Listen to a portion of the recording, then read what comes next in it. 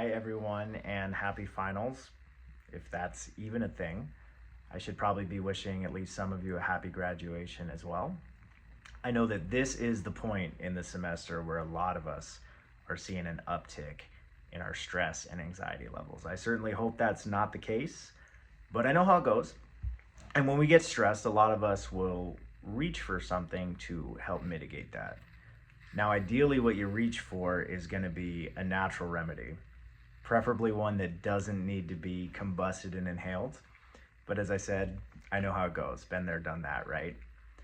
It's likely that most of you have already heard of kava root and its purported anxiolytic properties.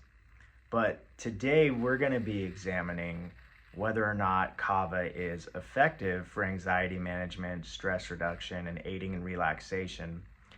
And we're going to be taking a look at how safe it is. So first I'm going to explain to you what kava is. We'll examine some of the evidence for its benefits, review the key safety concerns, and finally we'll take a look at implications for personal and public health. Let's jump in. According to our textbook, Body into Balance, kava, which is scientifically known as Piper methysticum, is a shrub native to the South Pacific Islands, with the root being the portion traditionally used for medicinal purposes.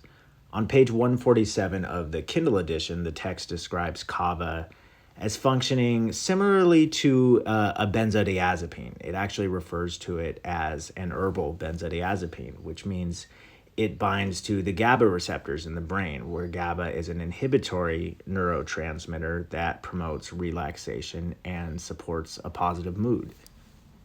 In Polynesian cultures, the root is traditionally prepared as a beverage, usually ground, mixed with water or coconut juice, and then consumed before important meetings and celebrations to foster feelings of happiness, relaxation, and social connection. For more on the cultural significance of kava ingestion, you can turn to Joseph Deal's 1932 book titled Kava and Kava Drinking, and Raymond Firth's 1999 article, Kava as Beverage and Libation, which was published in the Journal of the Polynesian Society.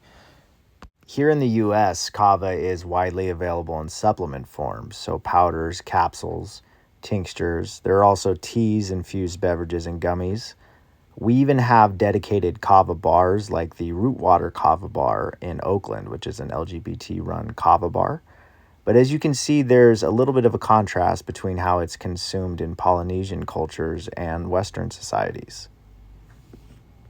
All right, so now that you have a better understanding of what kava is and how it's used, let's go ahead and take a look at the evidence for its benefits in relieving anxiety, reducing stress, and promoting relaxation.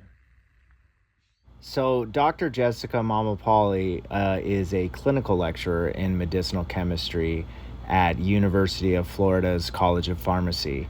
And in 2025, she and her colleagues published the first nationally representative survey of kava users ever conducted in the United States. They surveyed 2,000 American adults, and of those, 1,000 had used kava in the past year. The survey asked detailed questions about their reasons for using kava, the different product forms they used, and what effects they experienced. And as far as the results for stress, anxiety, and relaxation, they were very positive.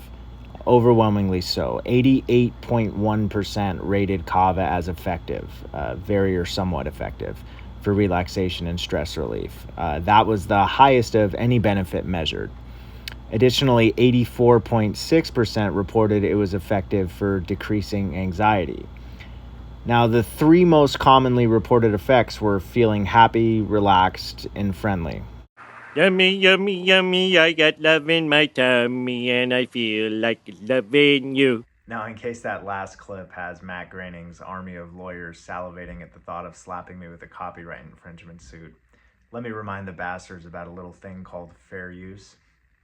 But seriously, now that we've looked at some of the evidence for kava's efficacy in anxiety treatment, let's take a look at some of the key safety concerns and risks. In 2022, Rita B. Soares, who is a researcher at University of Lisbon's Research for Institute for Medicines, published a review in the Journal of Clinical Medicine with her colleagues that examined Kava's potential risks. Now, the primary concern was hepatotoxicity or liver injury.